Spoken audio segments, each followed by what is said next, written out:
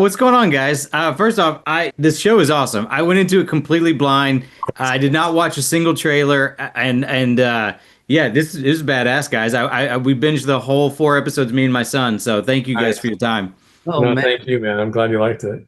Now, can we talk about Blade Knight first off? Holy crap, he's awesome. What went into the decision to give Blade Khonshu's powers versus using Oscar Isaac's version of Moon Knight? Well, we felt like Blade was going to be really exciting to put on screen, and we never thought that we would come out before the live action Blade. Yeah. It was always designed to be after, but we knew that we would be in concurrent development. Sometimes when you're chasing live action like that, if they pivot and you don't pivot in the same way, you get stuck because animation needs a lot more lead time. So making him the Fist of Khonshu freed us up in a lot of ways because he became now a new character with lore that we were creating for him, which let us kind of be more free and less tethered to the live action plans. Now, was there any specific character that you guys really wanted to include in the series, or something straight out of Kirkman's original comic that you weren't able to use for whatever reason? I mean, we had a lot of freedom, in development in terms of characters we could use or where we wanted to explore. But there were certain lore considerations. It's not what Robert and Sean did in that original book, which it kind of branched off of what Mark Miller was doing. So it's like it was just a different time in the comics, different universe. We were branching off of 616, of the MCU version of Right. 616.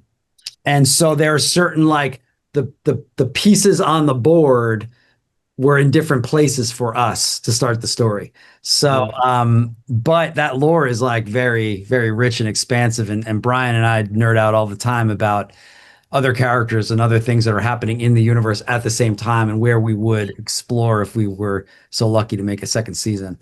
So, without spoiling anything, I would love to know, are you guys already planning to revisit the Marvel Zombies universe again, or is this something you're waiting to gauge based on fan reaction? For the fans, please, like, people have got to subscribe to Disney Plus and watch this show. If that happens, they will get more. Yeah. And we are excited. We're ready. Dude, this was like literally my son and I were just watching this, and as it goes on and on and on. I mean, that fourth episode is, we were like, holy shit. I was like, you're not allowed to say that. He's 18. It's fine. He can curse in front of me. But I was not prepared for just how incredibly gory and fun this is. Without getting too specific, what kill was your personal favorite out of these 4 episodes?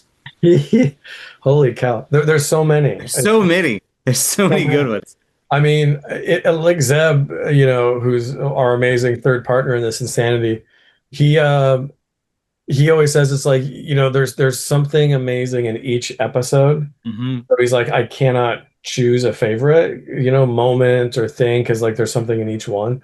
But I got to tell you, it's like of the Namor situation. Yeah, it's totally 100% right. I was Yeah, gonna say, that came out the way I was hoping. It was really difficult for us and the team to try to get how I was trying to pull it, and it was a lot of work. But I think it comes off, and hopefully, I mean, you tell me when that scene happens, when it's basically we call it the kill box, or it's that final scene, like people are just like, what the. Oh, there's so many moments that made me do that in this. I mean, I think about, like, for me, like the one that really caught me off guard that I thought was so cool was like, and there was one, and it was like right after another, right? But I like the Spider-Man one, Yeah. where I'm just like just pulling them all off. Like, what the hell? This is great. so. Yeah, hilarious. It's Oh, funny. you know what else much I fun. love the one. I love the one where they're all just standing on the beach outside New Asgard. Oh, They've been through the shit and they fought like zombie superheroes, and there's one zombie just like walking towards them, and they're just casually talking. yeah, Like, they're like, oh God. I saw like, who's gonna kill him? Or fucking, I don't want to dirty my blade. Last question for you guys before I get out of here. Miss Marvel really ends up, I feel like, being the heart and soul of Marvel Zombies. How early on in the process did you know that she was the protagonist you guys wanted to sort of center this story around? It was pretty early on because when we looked at like Brad said, the pieces on the board, she was in a perfect position. And also because the timeline of things happening right around like Infinity War.